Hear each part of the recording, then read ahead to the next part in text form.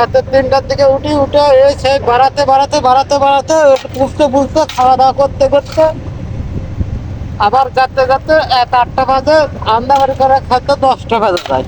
তো সৌদি আরবে কি ঘুম দেখতে 11টা বাজে। সৌদি আরবে 5 লাখ টাকা খরচ করে আসা ঠিক, না দেশেই কিছু করা ঠিক?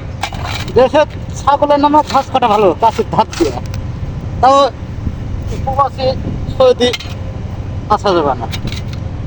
কারণটা কি যে সৌদি আরবে 5 লাখ টাকা খরচ করে যে মানুষ আসতেছে, যে এখনো যে হাজার হাজার লক্ষ লক্ষ মানুষ সৌদি আরবে একবার এলে ঢুকতেছে? পরীক্ষা চালে বুঝতে পারবে, পরীক্ষা কি রেজাল্ট আসছে। নিজে পরীক্ষা দিলে বুঝতে পারে পরীক্ষা কেমন হলো।